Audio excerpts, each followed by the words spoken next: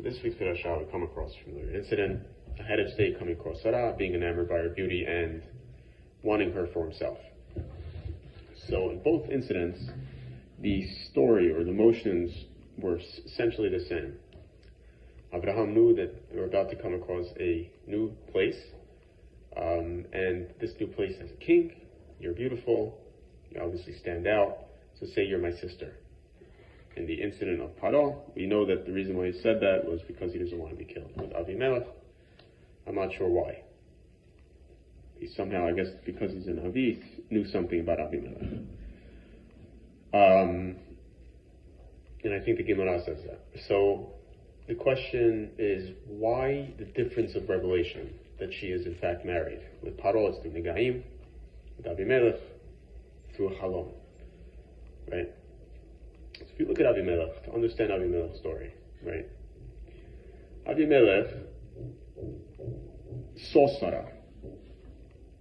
And for all he knew, Sarah was the sister of Abraham. And Abraham was the brother of Sarah. Right? So, when a king comes across someone that he thinks is beautiful, as we see, a deal throughout Tanakh as well, he wants her for himself. I made sure that she's not married, so therefore she's for myself. She's for me. Right? Like a regular interaction with a very powerful person has with a very beautiful woman. Right? There's nothing inherently evil about what he did, or inherently different than what a king would usually do. She was just his type. Now, with Paro, it wasn't like that at all. So let's go back. If we look at the Pesukim, we see that Paro didn't see her. His inner circle saw her. Paro saw her. Right? And they told him, this is your type. They praised her to him. So he demanded that they bring her to him. He gives Abraham all this bounty for your sister, bounty for bounty. This is the value of your sister. This is what I decided is the value of your sister. Abraham became a rich man. Now, he finds out through Negaim, right?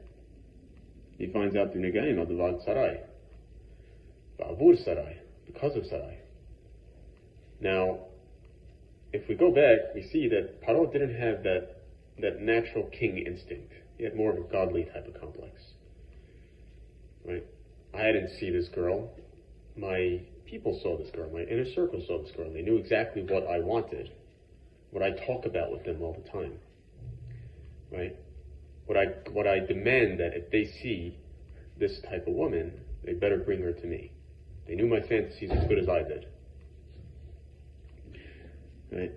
And also we see that Paro decided what her value is. Almost like Paro is working without any rules, any laws, or without any restrictions. I don't have to act like a king with dignity. I can talk, decide any which way I want, like a god. I have a godly complex. I mean, he had some form of dignity, understanding that he's not God. I'm a king, and he acted like a king. So we now know for sure that Paro is not worthy of a halom. He's not worthy of direct, I wouldn't say it's direct, but kind of like a semi-direct revelation through God. So why Negaim? Because Negaim, when someone has a physical ailment, it makes them feel very not godly. It makes them feel very physical, so to speak. Right? He was stricken with leprosy, him and his house. So why his house? I'm not sure. And because he was stricken with leprosy, he said, Sarah can't see me this way.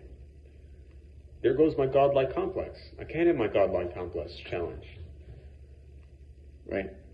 And he understood somehow that, these Negaim are coming because this woman is not for me. She is married.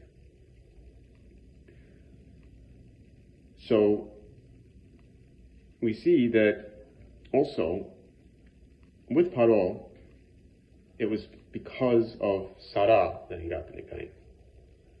Why? Because Sarah had to see or he needs to feel through Sarah that he's not like a god. Right? and he needed to see through a very physical way that he's not like a god. Through a halom, if he got it through a halom, he's going to feel like a god. He's going to continue feeling like a god. See, other gods talk to me. Abimelech, it was more about Abraham. He needed to see that Abraham was, it was kind of like Ba'avur Abraham. Because of Abraham. Hashem said, you're a good nation. A good nation, and I want to bless you. However, if you hurt Abraham, that's a problem. I can't bless you. I can't give you good. I have to kill you. So because of Abraham, I am going to give you either good or bad.